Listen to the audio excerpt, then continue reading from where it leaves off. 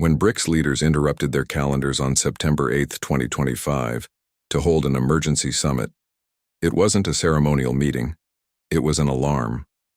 For years, the bloc had met on predictable schedules, issuing communiques heavy on symbolism and light on urgency.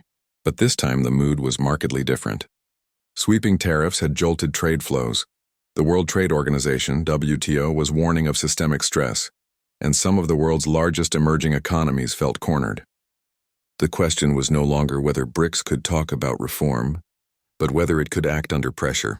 In the months leading up to the summit, several developments combined to produce a sense of crisis among BRICS member states. First, U.S. trade policy under President Donald Trump had re-escalated in ways that directly impacted many emerging economies. For Brazil, U.S. levies on its exports, some reaching half the value of certain shipments, were framed by Washington as responses to Brazil's political posture, with accusations linked to former President Jair Bolsonaro and other non-economic issues.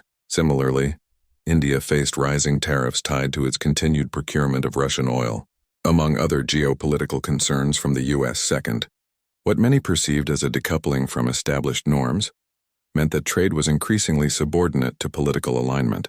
Unilateral sanctions, policy demands, and tariffs imposed without recourse through the WTO or similar multilateral institutions added instability. The predictability exporters, importers, and financial markets rely on was eroding. Third, warnings from global institutions reinforced BRICS concerns. TO leadership signaled that the proportion of international trade governed strictly by its rules was declining, while tariffs and non-tariff barriers were increasingly wielded as instruments of foreign policy, rather than purely economic regulation. For many within BRICS, this erosion of global trade rules meant that no single member could effectively defend itself alone. Faced with these combined pressures, economic, political, and normative, Brazil's President Lula determined that a coordinated response was necessary. The goal was not merely to voice complaints but to recalibrate trade practices within BRICS, strengthen defense mechanisms in multilateral venues, and reduce vulnerability to external pressures. The virtual meeting of September 8th was remarkable not only for its lineup of participants, but also for its rhetoric and what remained unspoken.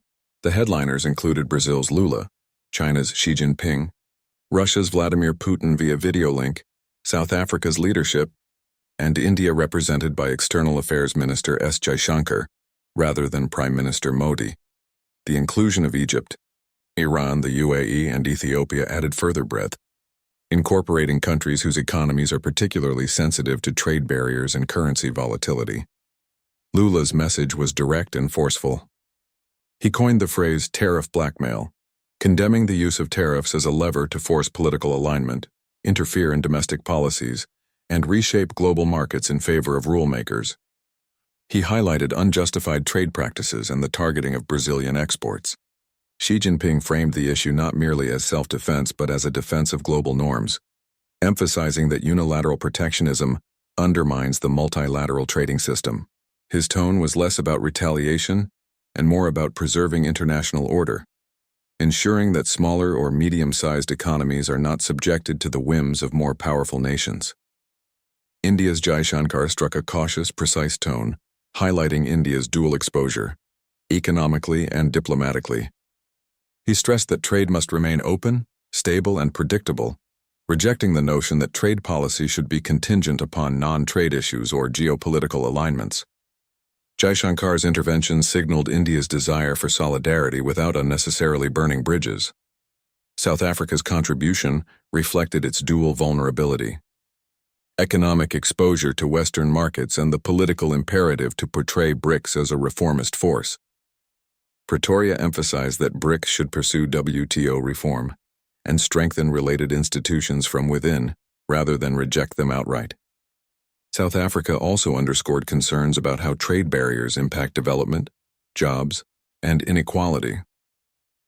What ultimately emerged from the summit was not a unified counterattack through tariffs, but a set of principles and commitments signaling a strategic shift in BRICS's approach to global trade. Leaders reaffirmed the WTO's centrality, repeatedly emphasizing that any erosion of multilateral trade norms through unilateral tariffs is deeply problematic. The message was clear: Trade disputes should be resolved through rule-based channels. The bloc also committed to enhancing intra-BRICS trade and financial integration, aiming to create buffers against external shocks and geopolitical volatility. That means expanding trade among member nations, reducing transactional friction, and, more importantly, increasing the share of trade settled in national currencies rather than defaulting to the US dollar. Such shifts would reduce foreign exchange risk, make supply chains more resilient, and diminish the ability of external actors to use dollar-based leverage. Third, the summit issued strong language condemning what was termed tariff blackmail and the practice of linking trade measures to non-trade issues. For many BRICS members, the concern is that a trade obstacle could appear overnight, tied to politics rather than established trade law. The summit made it clear that such practices are unacceptable. Any linkage of commercial trade policy to geopolitical alignment, whether through sanctions, tariff threats, or conditional trade access, was firmly rejected. Fourth, the leaders agreed on increasing mechanisms of solidarity and coordination. This includes sharing market intelligence, aligning positions during trade disputes, potentially collaborating in WTO committees, and even filing joint legal challenges. The overarching goal is to shift from isolated reactive measures to structurally coordinated responses. The summit also implicitly reinforced the importance of BRICS's expanded membership. While including new members strengthens the group's diversity and bargaining power, it also presents challenges for coordination. Finally, the leaders signaled readiness to move beyond words when necessary. While immediate actions were not specified, the agreement to strengthen trade and financial integration within BRICS implies operational work ahead. This involves improving settlement systems, currency swap lines, and regulatory cooperation. It is in this operational realm that the real work begins, not through loud declarations, but by building systems that reduce the bloc's exposure to external shocks. One of the most important takeaways from the summit is what BRICS chose not to do, at least not yet. There was no joint tariff retaliation package, no sweeping sanctions, no scheduled punitive measures targeting specific countries or products.